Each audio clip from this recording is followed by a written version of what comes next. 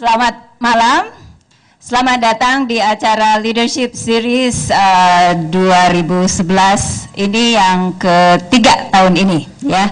Jadi kita mengadakan Leadership Series ini 2 bulan sekali dengan topik yang bervariasi, dan seperti biasanya animonya seru sekali, apalagi ini topiknya topik yang sangat ngetren, ya.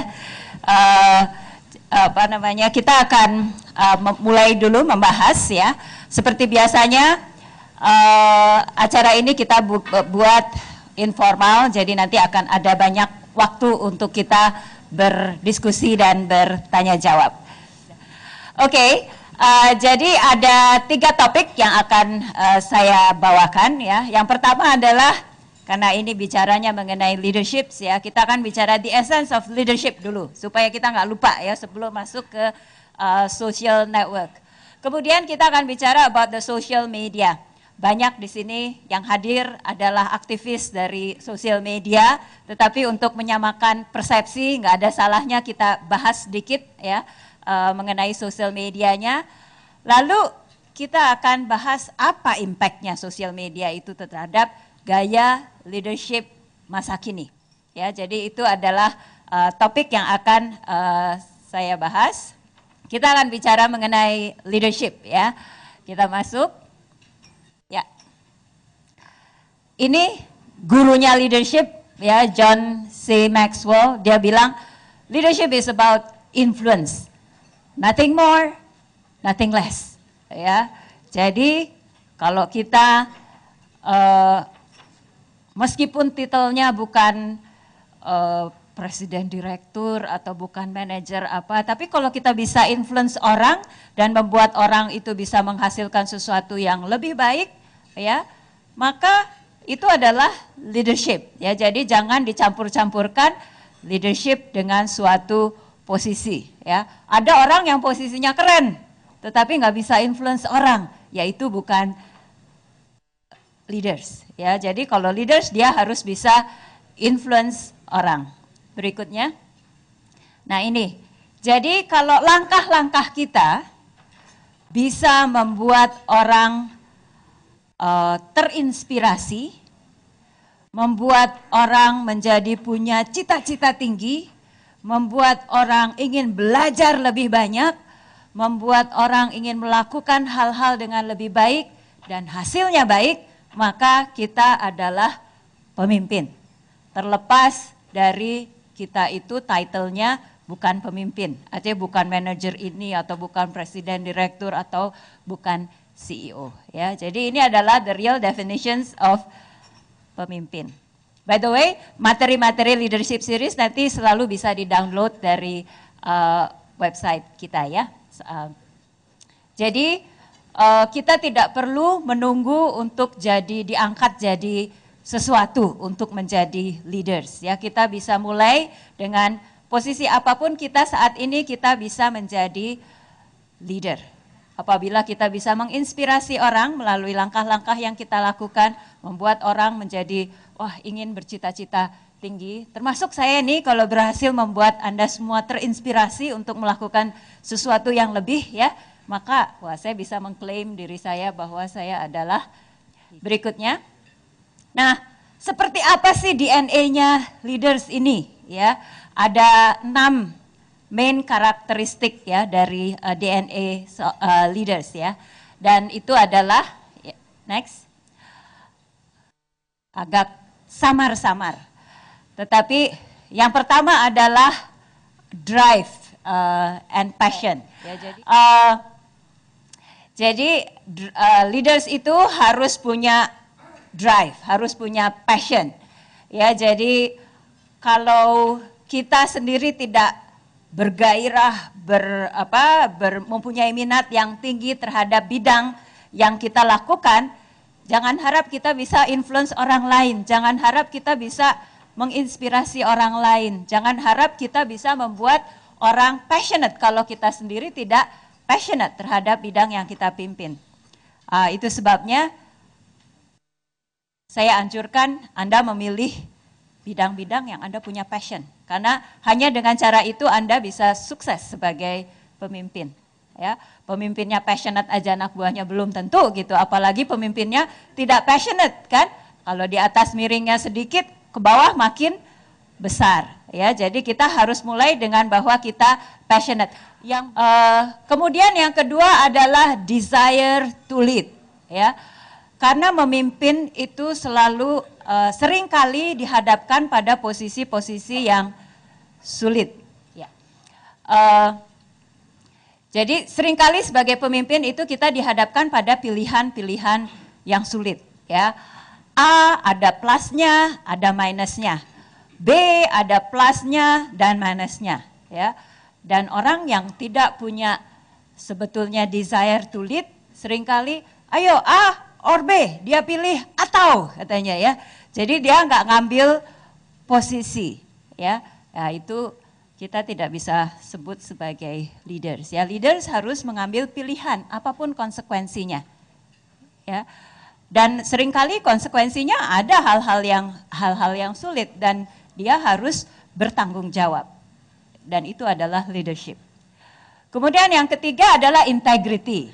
Ya, kalau integrity itu adalah prasyarat untuk menjadi suatu pemimpin yang baik, karena suka atau tidak suka, semakin tinggi posisi kita, ya, semakin kita menjadi leader, maka kita adalah role model. Pilihan kita mau role model untuk sesuatu yang bagus atau mau role model untuk sesuatu yang tidak bagus, ya, karena kita akan ditiru, ya. Sehingga masalah integrity itu menjadi sangat penting. Ada satu buku yang menurut saya sangat bagus ditulis oleh Stephen Covey, The Speed of Trust. Ketika ada trust, maka segala sesuatu itu menjadi lebih cepat dan lebih murah. Tetapi kalau trust itu tidak ada, maka menjadi lambat dan lebih mahal. Ya.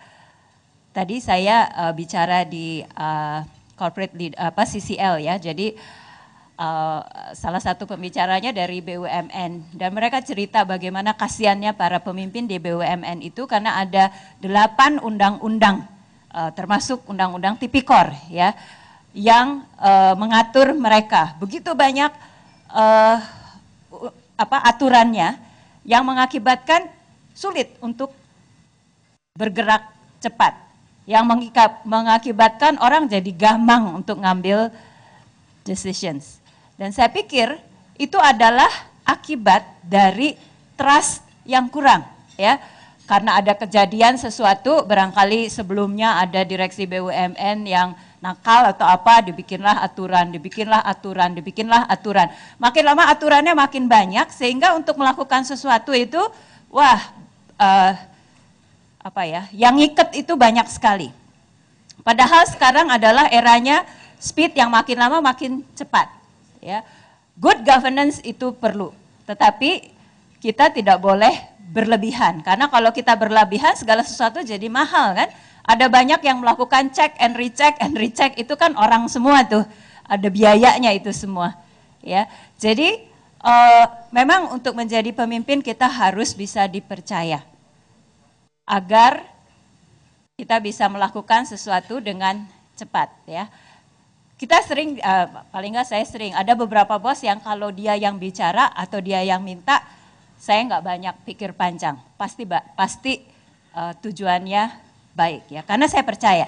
Tapi ada beberapa bos yang punya track record yang kurang bagus, kalau dia minta sesuatu, kita kemudian bertanya, ada maunya apa ya dia?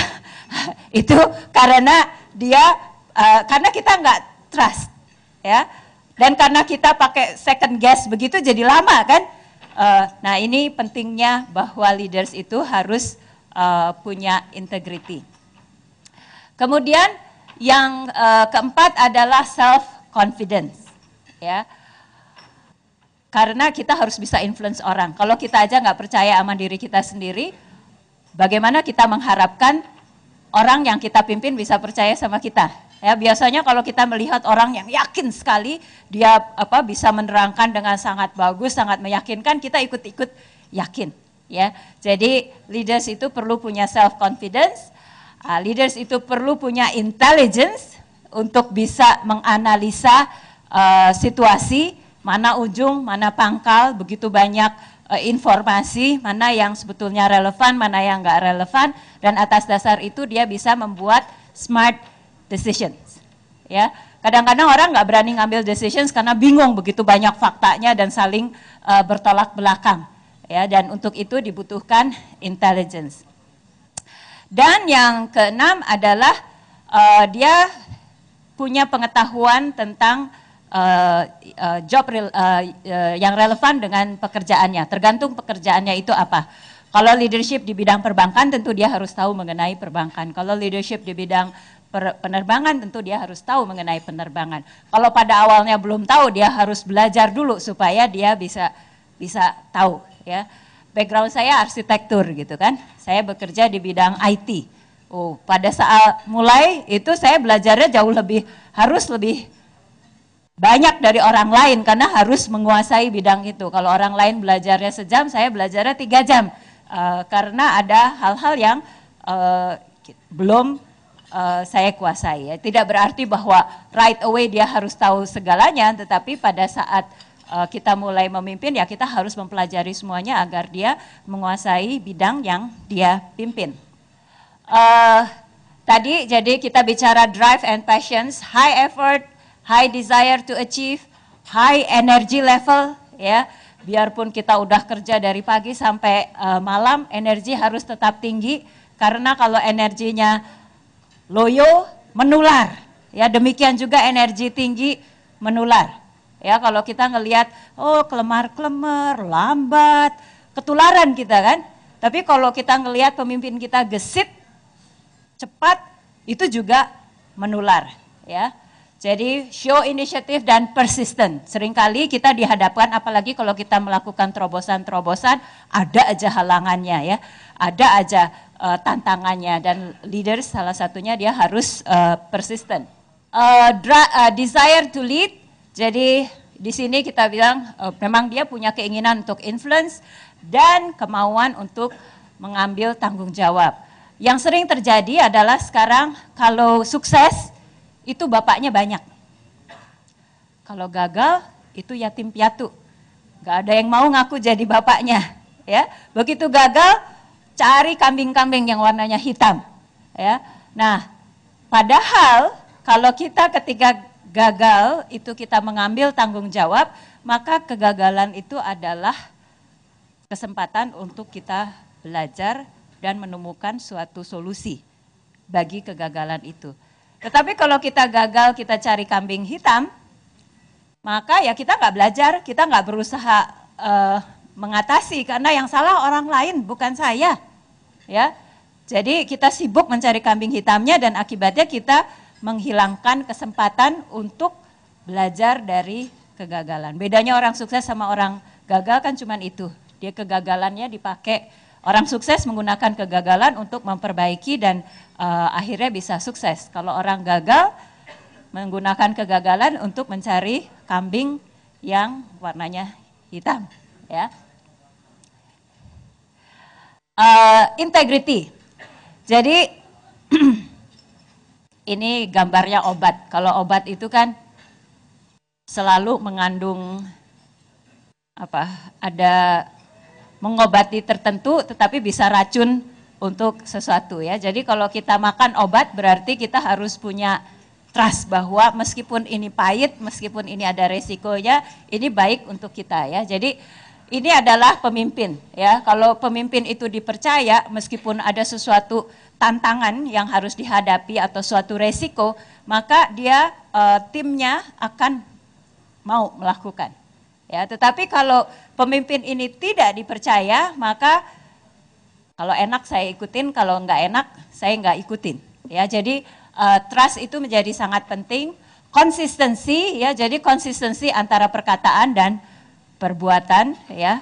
Paling repot adalah kalau dia bilang A tadi, tapi dia melakukan B. Karena ujung-ujungnya kalau ada inkonsistensi antara perkataan dan perbuatan, yang orang lihat adalah perbuatan. Ya. Dan kemudian dia harus bisa menjadi role model. Berikutnya, self confidence, ya, jadi bisa convince follower. Berikutnya, nah ini intelligence, ya, jadi bisa mengumpulkan informasi-informasi yang diperlukan, bisa melihat mana sebetulnya informasi-informasi yang relevan, mana yang tidak relevan, kemudian bisa menginterpretasi dan membuat visi, solve problem, dan make correct decisions. Ya, jadi di satu pihak kita harus make decisions, di lain pihak tentu decisions-nya harus decisions yang betul. Ya, berikutnya, dan yang terakhir dari DNA ini adalah job relevant knowledge. Ya, tahu tentang industrinya, understand the technicalities-nya, nggak harus bisa melakukan melaksanakan, tapi dia mengerti.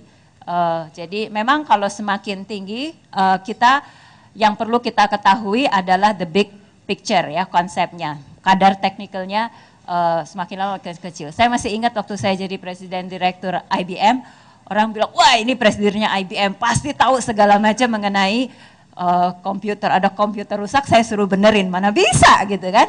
Tetapi at least bisa tahu konsepnya secara keseluruhan dan bisa tahu siapa yang harus dihubungi kalau ada komputer yang berdasarkan analisa dari problemsnya.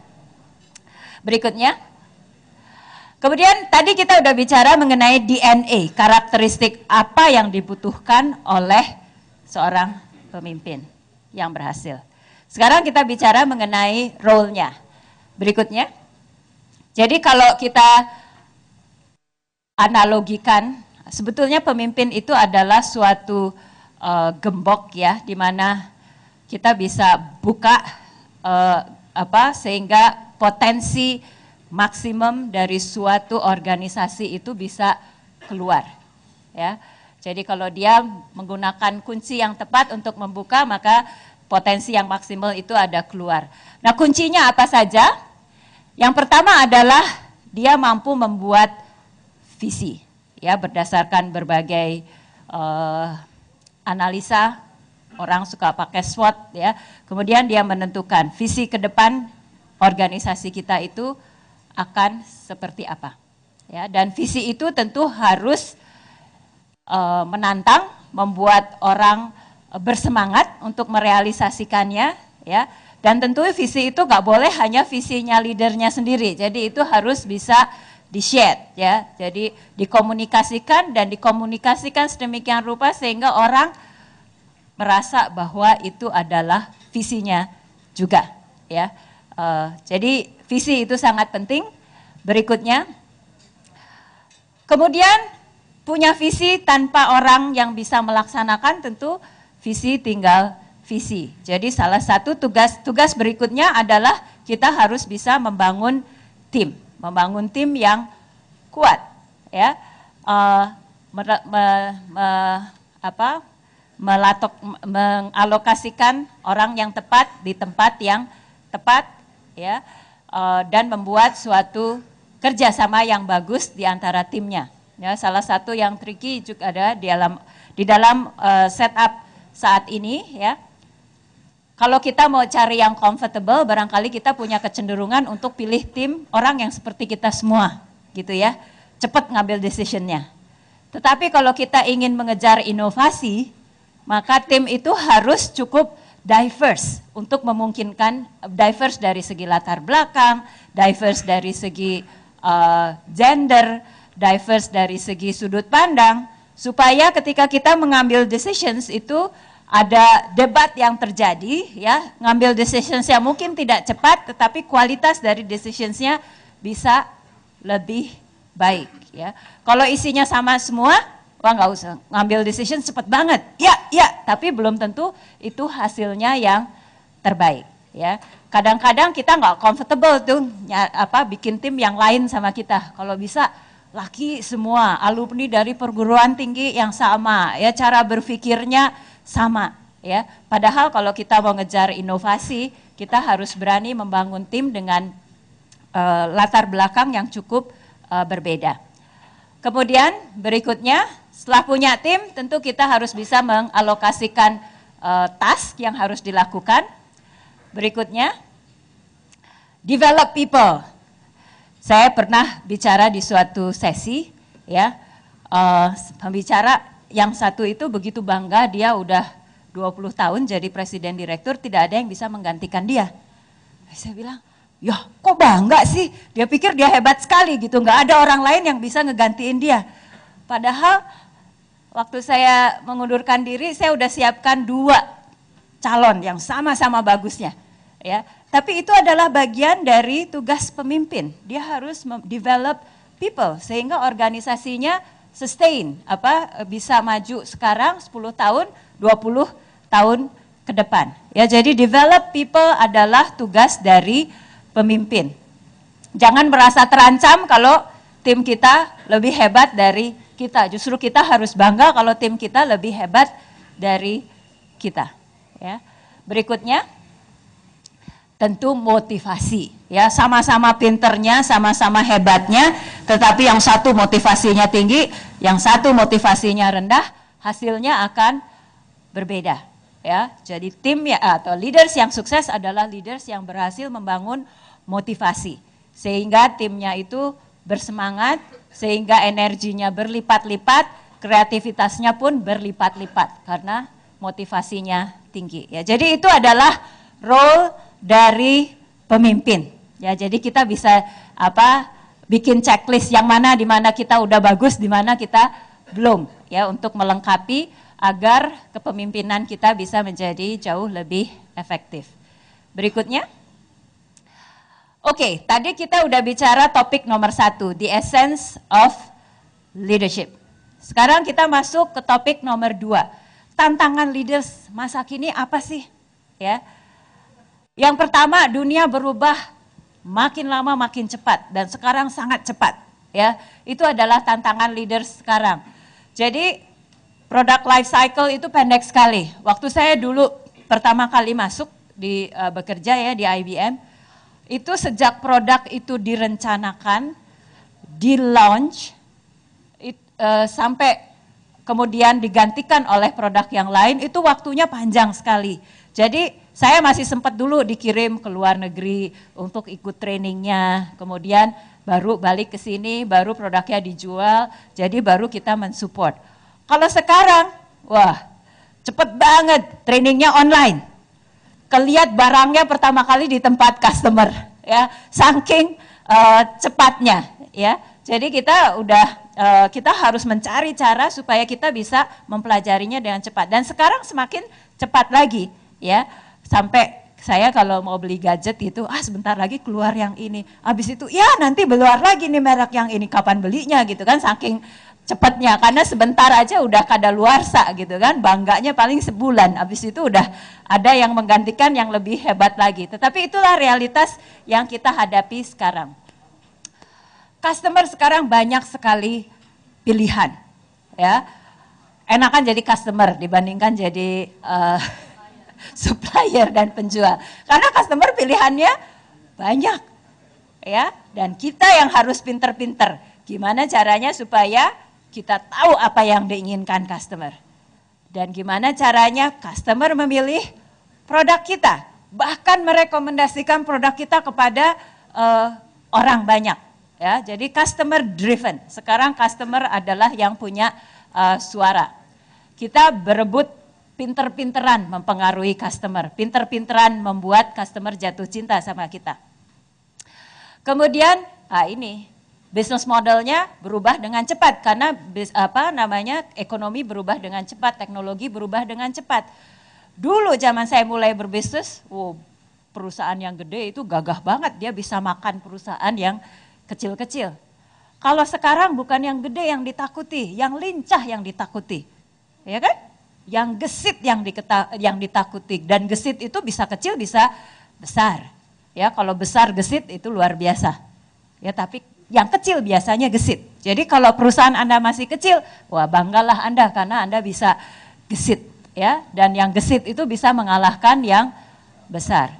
Dan kalau Anda sudah menjadi perusahaan yang besar, jangan percaya bahwa yang besar itu pasti lelet ya. Besar pun bisa gesit.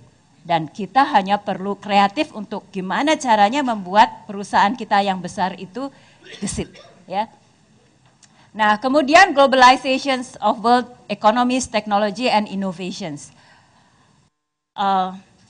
Kalau dulu dunia itu kayak dibelah-belah gitu ya, dan dindingnya itu kelihatannya tinggi. Jadi kalau saya jagoan di kota saya, udah hebatlah saya gitu kan. Kalau sekarang jago kita di kota saya, tetapi tiba-tiba ada datang dari mana gitu ya, mempengaruhi kita. Yang saya masih amazed sekarang misalnya adalah Gmail gitu ya. Dulu kan orang, waduh, solusi email itu sesuatu yang dijual, termasuk servisnya kan. Tiba-tiba Gmail datang, dikasih gratis 9 GB. Ya, email saya itu banyak banget ya. 2 tahun itu 9 GB itu nggak habis ya, dan gratis. Nah, itu kan sesuatu yang datang dari nggak tahu negara mana itu servernya. Ya, tiba-tiba bisa merubah, mempengaruhi model bisnis kita di sini. Saya rasa ada beberapa perusahaan yang tiba-tiba gigit jari. Biasanya saya bisa jual, sekarang udah nggak bisa jual, ada yang gratis, bagus lagi. Ya, jadi itu adalah fenomena yang kita hadapi. Jadi sekarang penekanannya adalah bagaimana kita bisa menggunakan knowledge ya, dan membuat organisasi kita inovatif. Berikutnya, nah, sosial media. Ya, apa sih sosial media? Kalau sederhananya, ya ini orang berkomunikasi secara online.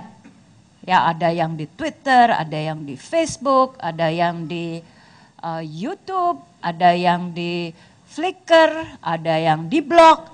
Komunikasinya ada yang tulisan, ada yang pakai video, ada yang audio, ada yang gambar.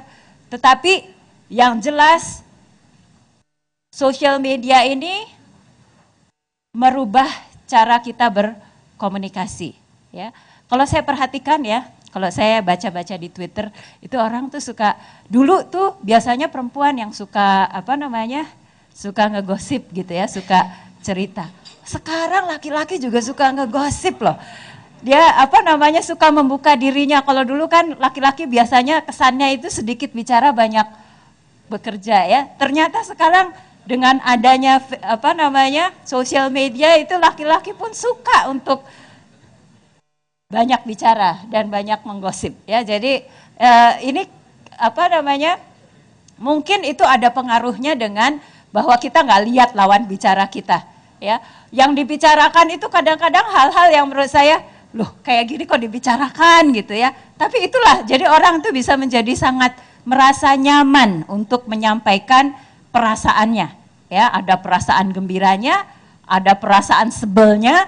Jadi saya sering baca orang ngomel-ngomelin tetangganya lah yang ribut, ngomel-ngomelin siapalah, termasuk ngomelin pemimpinnya gitu kan ya. Jadi tapi itulah fenomena, dengan segera bantahannya bisa banyak sekali ya. Jadi dengan adanya sosial media itu adalah era di mana kita berdialog. Udah nggak zamannya kita bermonolog ya. Jadi kalau kita tidak terbiasa untuk berdialog, maka ini waktunya untuk kita belajar bahwa kita hidup di era berdialog. Kita harus siap untuk mendengar. Bukan kecelakaan kita punya 2 telinga dan 1 mulut. Memang kita disuruh banyak mendengar ya. Dan di sosial media itu memang salah satu yang kita harus pelajari, begitu banyak data di situ, orang yang bisa mendengar dengan baik, menyaring informasi-informasi yang dibutuhkan adalah orang yang akan mendapatkan banyak manfaat. Berikutnya. Nah, ini dia. Kalau saya ini termasuk dalam generasi baby boomers. Ya. Tetapi lebih dari 50% penduduk dunia itu yang muda-muda, umurnya di bawah 30 ya. Dan kalau generasi millennials itu yang lahir tahun 79, antara 79 sampai 90 dan sampai yang sekarang, itu teknologi lahir-lahir itu udah ada internet, ya. Dia teknologi itu menjadi bagian yang naruriah dari hidupnya.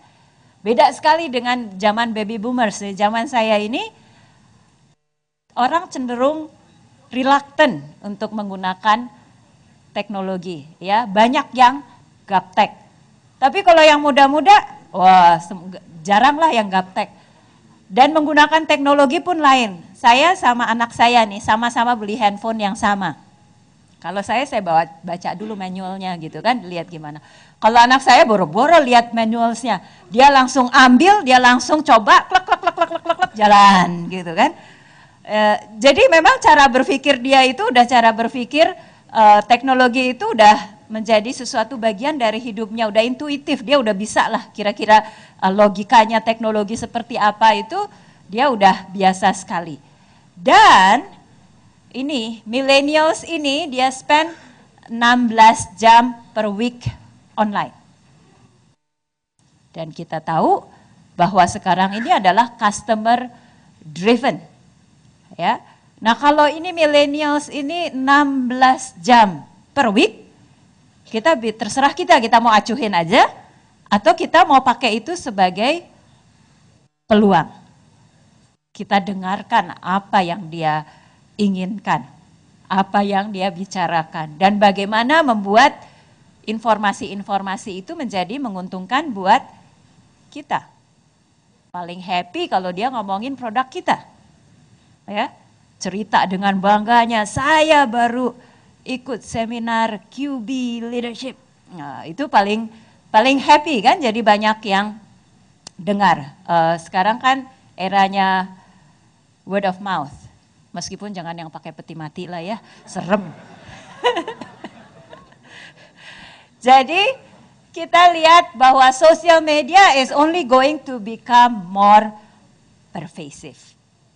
Ya, and as such become a critical factor in the success or failure of any organization.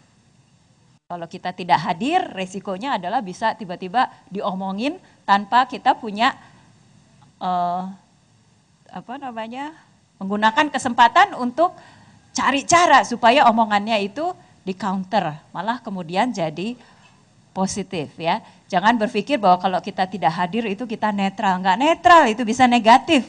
Karena orang lain bisa mengomongkan sesuatu yang negatif. Kalau kita tahu apa yang dibicarakan, kita bisa berpartisipasi dan tentu bisa mempengaruhi, kalau kita pintar, menjadi sesuatu yang membela dan menguntungkan kita. Ya, jadi the future itu di sana, di sini ditulisnya 2000 millennials will outnumber baby boomers. Kalau di Indonesia mah udah dari kapan-kapan ya. Karena produktivitas kita tinggi, jadi millennials itu 2 kali lebih tinggi daripada baby boomers. Dan disitulah future kita. Ya, jadi the train is leaving the station with or without us. Ya, keretanya akan pergi, orang akan menggunakan social media dan social media akan semakin pervasif dan akan semakin mempengaruhi lifestyle, mempengaruhi decisions, mempengaruhi bagaimana informasi disebarkan. Ya, kita mau ikut bagus, kita nggak ikut ya kasihan deh loh, gitu kan. Berikutnya, nah sekarang kita tahu bahwa sosial media itu begitu penting dan begitu besar pengaruhnya. Kalau kita mau ikutan gimana caranya? Ya, kadang-kadang kalau pemimpin maunya kita ngomong orang lain mendengarkan. Kalau di sosial media nggak bisa begitu. Pertama kita harus dengarkan dulu lagi pada ngomongin apa sih. Karena kalau kita tiba-tiba terjun, apalagi terus datang-datang langsung jualan, waduh, tiba-tiba yang ada adalah orang kesel sama kita. Ya, jadi pertama kali ketika terjun adalah kita harus mendengarkan. Setelah kita tahu, baru kita participate agar nyambung. Ya, kita jualan sah-sah saja, tapi jualan yang mulus gitu. Jangan jualan yang kayaknya aduh bikin sebel orang gitu kan, masuk di waktu-waktu yang tepat agar pembicaraannya keterdengar natural, ya, terjadi dialog yang natural. Jadi kita perlu mendengarkan dulu baru participate. Lalu share some stuff yang bagus gitu kan. Kan orang kesel kalau seperti di Twitter, seperti di Facebook, orang punya pilihan kan, mau jadi teman kita atau enggak, mau jadi follower kita atau enggak ya. Kalau kita isinya jualan melulu, aduh saya paling pusing deh orang pasang wall saya itu dipenuhin sama macam-macam orang gitu kan. Kesel kan lama-lama. Jadi kita harus share some stuff yang berguna. Ya, kalau kita jualan, misalnya nih kita jualan furniture, kita ceritalah mengenai teknik-teknik mengatur interior, ya kan, supaya orang berguna ngedengerin kita, ya kan? Kalau kita bisnisnya di bidang leadership development, ya kita share mengenai leadership di waktu-waktu senggang. Kadang-kadang kita jualan, tetapi sebagian besar waktu kita share sesuatu yang berguna bagi orang lain dan membuat posisi kita menjadi kredibel, dianggap ahlinya di bidang itu. Ya, jadi itu adalah caranya. Dan kemudian yang penting lagi engage. Kadang-kadang kita share, habis itu kita lari. Orang tanya nggak dijawab. Banyak tools yang membantu kita kan, yang kita bisa pakai. Jadi kalau orang mention kita tahu. Ya, ada juga di Google itu ada Google Alert ya. Kita bisa set setiap kata-kata ini keluar, kita dikasih notifikasi sehingga kita bisa berdialog. Karena ingat di sosial media itu bukan one way, two way, dialog bukan broadcast. Ya, kadang-kadang kita masuk ke sosial media tapi kita tidak merubah mindset kita. Berikutnya, ini penting lagi nih, honest. Ya, karena banyak yang baca. Saya kalau udah bicara ini jadi open, honest, authentic dialogue. Ya, yang bohong ketahuan lah. Masih ada ingat yang salaman itu? Wah, dia yang nyorong-nyorongin tangannya, keluarlah terus di video itu, videonya gimana itu sebetulnya terjadi kan? Malah jadi counter productive. Ya, jadi memang di sini honesty is the only policy. Percuma kalau kita bohong, karena itu publikasinya menjadi luar biasa, apalagi kalau kita orang terkenal ya.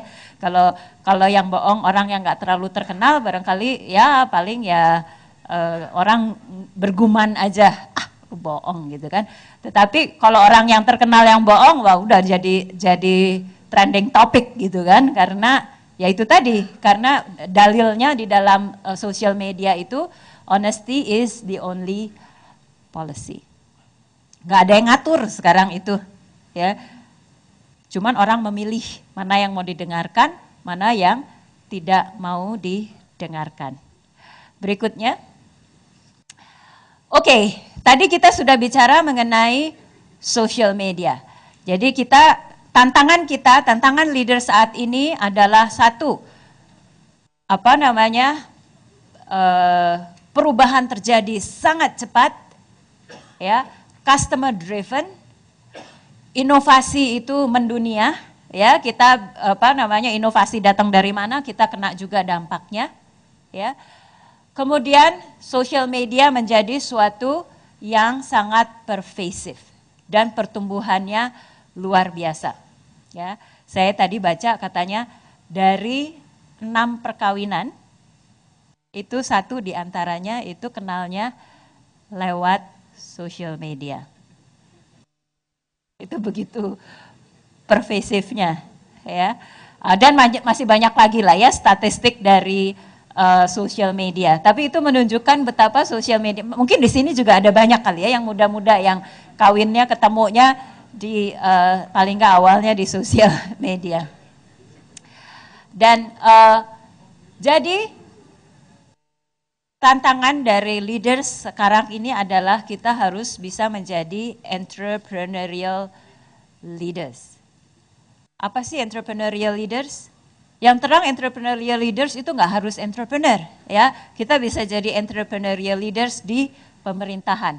Kita bisa jadi entrepreneurial leaders padahal kita adalah profesional di suatu organisasi yang besar misalnya, atau di organisasi yang kecil.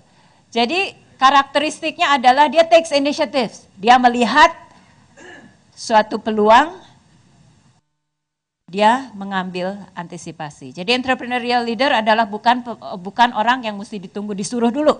Saya tunggu instruksi Bapak gitu kan atau Ibu. Nah, itu bukan entrepreneurial leader. Dia ambil inisiatif ya. Kemudian dia demonstrate entrepreneurial creativity.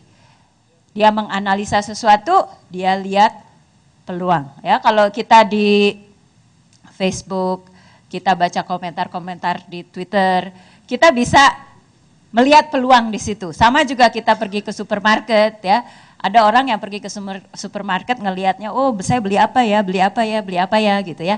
Tapi ada orang yang melihat peluang, yang dicari orang apa sih? Yang dicari orang nggak bisa didapat apa sih? Gitu kan? Nah itu adalah entrepreneurial leader, dia bisa melihat peluang dan tidak hanya melihat tetapi dia merealisasikan peluang itu menjadi sesuatu bisnis buat dia. Yang artinya dia harus ambil risiko. Ya, sesuatu terobosan, sesuatu inisiatif baru, sesuatu langkah itu selalu ada opportunity, ada resikonya. Ya, saya belum pernah ketemu tuh business opportunity yang nggak ada resikonya. Ya, selalu ada resikonya. Ya, dan tinggal kita pintar atau enggak memanage risknya itu sehingga peluangnya jauh lebih besar daripada resikonya. Ya, atau resikonya itu bisa di-manage sedemikian rupa sehingga bisa diatasi, ya, bisa dilindungi, bisa diamankan. Lalu takes responsibility. Ya, kadang-kadang kita melakukan inisiatif yang sukses, kadang-kadang kita melakukan inisiatif yang gagal. Ya, apapun itu kita bertanggung jawab terhadap apa yang kita lakukan. Jangan kalau sukses kita aku, kalau gagal bukan kita cari kambing yang warnanya hitam. Nah, itu bukan entrepreneurial. Ya. Berikutnya. Nah ini kita bicara tadi bahwa perubahan sedemikian terjadi sedemikian cepat, customer banyak pilihannya, maka kita perlu melakukan inovasi. Ya, inovasi bisa di produk, inovasi bisa di suatu business model, inovasi bisa di cara kita mengelola organisasi, ya banyak. Dan inovasi itu ada beberapa cara untuk kita lakukan ya. Ada yang sifatnya pasif, need driven, jadi kalau ngelihat customer complain, ada yang kemudian,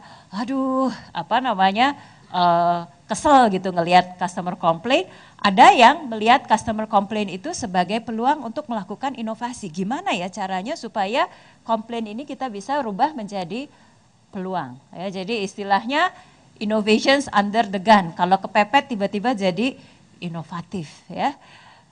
Nah, ada yang kita nggak tunggu sampai kepepet untuk melakukan inovasi. Jadi meskipun bisnis sedang bagus, kita tidak berhenti bertanya gimana caranya supaya lebih bagus lagi. Ya, tugas leaders adalah bertanya. Semakin kita bisa menanyakan hal-hal yang tepat, maka kita bisa dapat jawaban-jawaban yang menimbulkan ide-ide baru. Ya, kenapa ini begini? Emang nggak ada cara lain ya? Kalau kompetitor melakukannya seperti apa? Itu kan pertanyaan-pertanyaan yang membuat orang berpikir dan bisa menghasilkan suatu inovasi. Ya. Berikutnya. Nah, ini CEO di era sosial media agak lain gayanya. Ya. Kalau dulu CEO bisa angker gitu kan, kamarnya gede gitu, terus dia lebih banyak berpikir dan diam di kamar misalnya. CEO zaman sekarang dengan era sosial media itu diharapkan dia bisa menjadi the public face of the company to customer communities, ya, dan the marketplace at large. Jadi CEO zaman sekarang harus gaul, harus bisa berkomunikasi, jangan hanya broadcast saja, tetapi bisa berdialog. Ya. Kemudian dia shift emphasis from broadcast and self-focused mentality to listening, ya, and berkomunikasi, memberikan layanan. Ya, orang kan sekarang ini brand itu bukan hanya kita, ya, dulu kalau ingin brandnya bagus kita pasang iklan gitu kan, mahal, mudah-mudahan berhasil gitu ya. Tapi sekarang banyak kesempatan bahwa brand itu dimiliki oleh audiens yang luas, dan audiens itu bisa menyebarkan kepada pihak lain. Dan untuk itu brand kita itu harus ramah, harus mudah dicintai oleh orang. Dan CEO-nya bisa memainkan peran yang sangat besar. Ya. Jadi dia empower customer community to become co-author for the brand narrative in the marketing and communications. Gimana caranya supaya brand kita itu dimiliki oleh orang banyak dan orang banyak ikut menyebarkan. Ya, saya lihat di Twitter banyak tuh yang seperti itu ya. Saya sampai sekarang belum pernah sih ke Holy Cow Steak itu ya. Tetapi yang ngomonginnya banyak banget sampai saya penasaran gitu kan. Belum kejadian pergi, tetapi at least saya punya niat untuk pergi. Padahal saya dengarnya, saya nggak follow tuh yang punya Twitter ID itu, tapi begitu banyak orang yang ngomongin. Ya, dan itu hanya salah satu contoh, ada contoh-contoh yang lain di mana orang membicarakan produk. Saya misalnya habis pakai Galaxy Tab gitu kan, saya senang, saya ngomong gitu kan. Baru saya ngomong sebentar, tiba-tiba saya udah diikutin sama Galaxy yang punya brand itu. Ya, jadi itu dia artinya dia engage, dia dengerin. Terus fokus kepada membangun social capital di samping financial capital, ya. Dulu kita pokoknya modalnya kuat, asetnya banyak, ya. Tapi sekarang di samping itu kita harus membangun social capital. Gimana kita dicintai oleh masyarakat sosial media, ya, karena semua orang punya loudspeaker, semua orang bisa berbicara, dan semua orang bisa bikin panggung. Kalau dulu kan yang bikin panggung media-media, ya, pasang iklan di Kompas itu bisa mahal sekali, karena yang punya audiens banyak ya mereka, gitu kan. Tapi sekarang ada banyak panggung, banyak orang bisa bikin panggung. Jadi kalau kita punya social capital yang kuat, mudah bagi kita untuk berkomunikasi dan mempromosikan apa yang kita ingin promosikan secara natural. Berikutnya.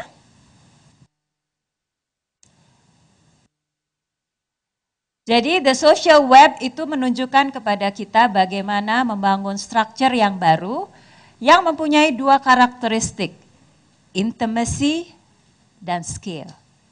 Kalau dulu tuh ya, kalau yang mass marketing itu mass, semua orang dianggap sama. Kalau yang fokus, personalize, itu cuma bisa sedikit. Tapi dengan adanya social media itu kita bisa mengkomunikasikan, kita bisa scale-nya besar, tapi kita bisa melakukan dialog yang intim, ya. Jadi intimacy itu bisa dicapai dengan skala yang besar, ya, menggunakan trusted network untuk mengurangi frictions dan co-coordinations cost. Berikutnya. Nah, ini yang penting juga. Kalau dulu biasanya di suatu organisasi itu pemimpinnya cuma satu, CEO-nya yang paling atas. Kalau sekarang pemimpinnya cuma satu, kurang cepat. Ya, karena dunianya bergerak sangat cepat. Maka kita harus punya pemimpin di banyak lini. Kita harus memberikan kesempatan kepada pemimpin-pemimpin untuk muncul. Jadi leadership is shared within a group. Dan sistemnya harus memungkinkan bahwa orang-orang yang potentials, meskipun dia levelnya tidak tinggi, dia bisa memberikan influence Karena kita ingat definisi leadership adalah influence, nothing more, nothing less. Ya. Jadi leadership itu bukan pangkat, bukan jabatan, tetapi influence. Dan kita harus siap dengan shared leadership. Jadi the new model sekarang itu adalah connective leadership. Ya, leadership yang bisa menghubungkan beberapa pusat-pusat kepemimpinan, ya. Jadi dia managing plus leading plus following, ya. Jadi kadang-kadang kalau kita meskipun title-nya paling hebat di dalam organisasi, kita juga harus siap mendengarkan dan memberikan kesempatan orang yang lebih tepat untuk memimpin untuk sesuatu inisiatif tertentu. Berikutnya. Jadi connective leaders itu dia participate, facilitate, dan enable. Ya, dan kalau saya perhatikan generasi millennials ini, kalau dia tidak diberi kesempatan untuk eksis, untuk menyumbang, untuk berperan, dia biasanya pindah. Saya satu perusahaan 24 tahun. Saya ngelihat orang-orang yang melamar sekarang ini 4 tahun perusahaannya 5 gitu kan. Salah satunya karena dia barangkali merasa tidak punya kesempatan untuk menunjukkan prestasinya. Ya, jadi kita harus bisa untuk kalau orangnya nggak bagus ya biarin aja. Tapi kalau orangnya bagus dan berbakat dan bisa memberikan sumbangan ya terhadap keberhasilan organisasi, maka kita harus memberikan ruang gerak, memfasilitasi dia, biasanya yang muda-muda itu kreatif, tetapi wisdomnya belum muncul. Ya, kadang-kadang selebor, kadang-kadang ngambil resikonya kegedean. Ya, jadi bagaimana kita bisa melengkapi dia supaya inovasinya ada, tetapi wisdomnya pun ada. Ada. Ini tugas dari the connective leaders. Berikutnya. Jadi ini connective leaders dia build relationship. Jadi gaul. Pemimpin sekarang itu harus gaul ya, bukan lagi pemimpin yang ditakuti. Makanya tidak heran sekarang ini banyak pemimpin-pemimpin yang kamarnya udah nggak pakai pintu ya, lebih transparan. Ya, saya ingat sekali Bank Mandiri ya, dulu itu setiap direkturnya itu kamarnya gede-gede, angker gitu ya, dan di dalam kamarnya itu segala macam ada. Mau rapat bisa di situ, apa ya. Tetapi begitu Pak Agus Martowardoyo masuk ya, itu dirubah semuanya, dibikin kamarnya itu lebih kecil, lebih berdekatan, dan dibuat transparan. Ya, tujuannya apa? Supaya para leaders itu dia membangun komunikasi, orang nggak serem masuk ke situ. Ya, karena informasi itu ada di berbagai lini. Ya, jadi kalau kamarnya terlalu angker, orang mau masuk juga takut gitu kan. Tapi kalau transparan, itu lebih mengundang, lebih orang bisa lihat ngapain aja sih pemimpin saya di situ gitu kan. Dan itu juga, jadi connective leaders itu build relationships ya. Jadi bukan nggak jaib lagi ya. Ini Mas Sandi ini meskipun ada di dalam list orang yang terkaya di Indonesia, tetapi gaul banget di Twitter kan. Komentar-komentar apa juga dijawab. Jadi itu adalah the connective leaders ya. Berikutnya. Nah, connective leaders dia influence dan dia trust orang. Karena kalau dia nggak percaya orang, dia mungkin nggak mau mendengarkan ide-ide. Dia lihat tergantung siapa yang ngasih ide ya. Kalau yang ngasih ide orang baru-baru barangkali dia nggak dengerin. Padahal orang-orang yang baru-baru itu, yang muda-muda itu bisa jadi keluar dengan ide-ide yang sangat inovatif. Jadi dia influence dan trust. Berikutnya. Nah, connective leaders create space, memberikan ruang bagi orang-orang untuk bisa berkreasi, bisa mencoba hal-hal yang baru, ya, bisa melakukan inovasi dan bisa berbuat salah. Ya, kadang-kadang kita mau perusahaan kita inovatif, tetapi orang nggak boleh salah, gitu ya. Begitu kalau berhasil dipuji luar biasa, begitu salah dipancung, aduh. Jadi dia harus create space, ya, melihat kesalahan sebagai suatu bagian dari untuk menghasilkan sesuatu yang terobosan-terobosan yang baik. Berikutnya, jadi kita harus banyak menggunakan community, kita pilih community yang bisa membantu kita. Berikutnya, community of practice, jadi a group of people yang bekerja sama untuk suatu tujuan, ya. Misalnya saya ada di dalam komunitas open source Indonesia. Jadi ini adalah organisasi-organisasi yang punya keinginan yang sama, ingin membuat open source software sukses. Kompaknya luar biasa, ya. Dan very powerful, ya, karena orang-orang yang punya passion terhadap sesuatu itu biasanya sangat committed, ya, dan kita perlu melihat community of practice ini dan membangun community of practice. Berikutnya, nah ini adalah zaman sekarang adalah zamannya kolaborasi, ya, karena bisnis bergerak begitu cepat. Kalau kita mau bikin semuanya sendiri, begitu jadi udah ketinggalan kereta. Kalau kita lihat perusahaan-perusahaan yang sukses, Apple, Google, dia banyak sekali berkolaborasi, ya.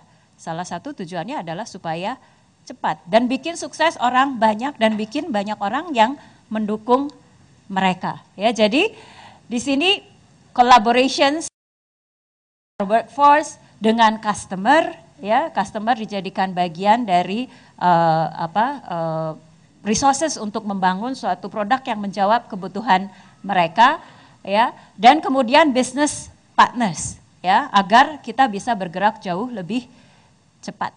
Ya, kalau bisa berpartner ngapain bikin sendiri, ya. Tetapi untuk bisa sukses berpartner tentu kita harus bisa caranya berpartner, harus bisa dipercaya, harus punya mentalitas win-win, ya. Jadi kuncinya kolaborasi, connections, konten.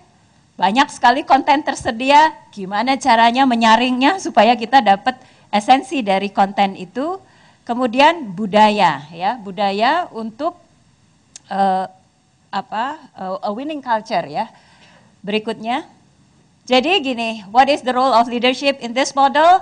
Network centric management, ya, creating a sharing culture, ya. Kemudian fokus on data and signals for performance improvement. Jadi kalau ngelihat, ada kok tiba-tiba turun ininya, market share-nya, ada apa?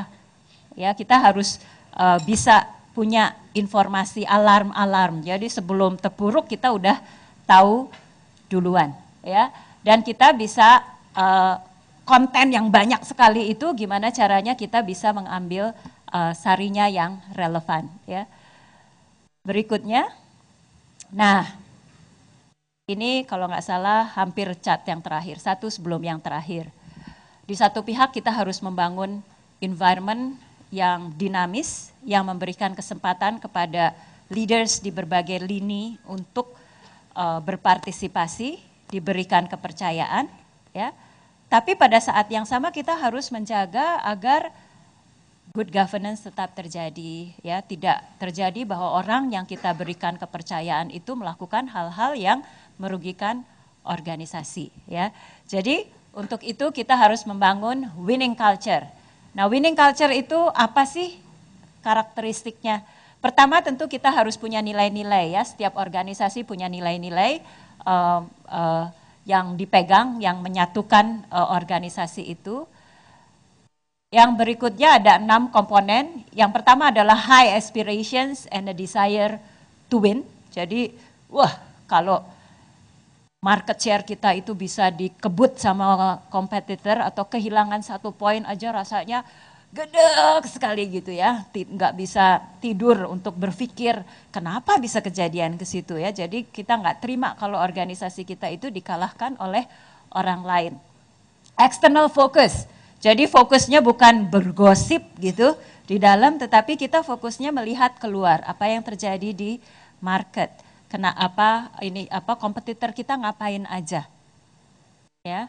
Lalu customer kita apa yang terjadi di dalam karakteristik customer kita, dan di situ social media bisa menjadi sumber untuk mendapatkan informasi-informasi itu. Kemudian think like owners, ya. Meskipun kita bekerja sama orang lain, nggak berarti kita nggak bisa think like owners ya. Kalau kita udah mulai, kalau saya nggak ada pilihan lain ya. Think like owners, memang owners gitu kan ya. Jadi kalau yang namanya owners itu kalau bisa yang murah tapi kualitasnya bagus gitu. Tapi kalau bukan owners belum tentu ya. Kalau bisa yang mahal sekalian biar keren gitu kan. Nah, jadi kita harus bisa mengarahkan. Kalau udah keluar decisions yang aneh, kita tanya, ini kalau ini bisnis kamu ambil decisionsnya masih sama nggak sih?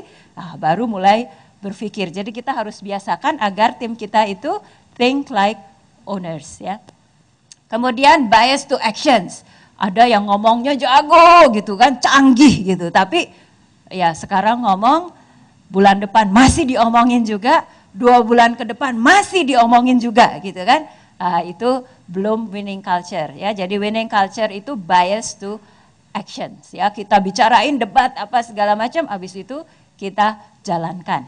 Ya, malah beberapa organisasi udah karena dinamisnya dia cepat-cepat dilempar ke pasar ya, fail fast, habis itu dibenerin gitu. Beta test masih udah dilempar ke pasar biar ketahuan, karena kalau ditunggu sampai sempurna keburu telat, keburu keduluan sama orang lain ya. Jadi ini bias to actions. Kemudian individuals who team, masing-masing individual exist, masing-masing individuals punya ruang gerak, tetapi kita harus bekerja sama di dalam suatu tim. Kemudian passion and energy, jadi punya passion, punya energi, tidak cepat letoi, tidak cepat menyerah ya. Jadi ini adalah 6 karakteristik dari winning cultures yang melengkapi, di satu pihak memberikan ruang kepada banyak orang untuk berkreasi, untuk eksis, untuk menyampaikan aspirasinya, untuk punya kesempatan memimpin, tetapi ada suatu guiding principle yang membuatnya menjaga organisasinya di jalan yang benar. Penutup. Jadi summary-nya, kita ini hidup di dalam situasi di mana perubahan terjadi sangat cepat, makin lama makin cepat, dan kita lihat juga bahwa social media itu penggunaannya sangat pervasive dan tumbuhnya itu cepat sekali ya. Jadi tantangan dari leader sekarang itu adalah dia harus entrepreneurial dan dia harus konektif. Dia harus bisa menghubungkan informasi-informasi, menghubungkan orang-orang keahlian ya, karena partnership itu harus dilakukan baik dengan customer, antar employee maupun dengan mitra bisnis ya. Kita butuh connective leaders, kita butuh leaders yang mau gaul, mau melayani, mau berdialog. Dan untuk itu dibutuhkan a winning culture di dalam organisasi. Berikutnya, ya ini adalah beberapa sumber materialsnya, dan berikutnya, terima kasih.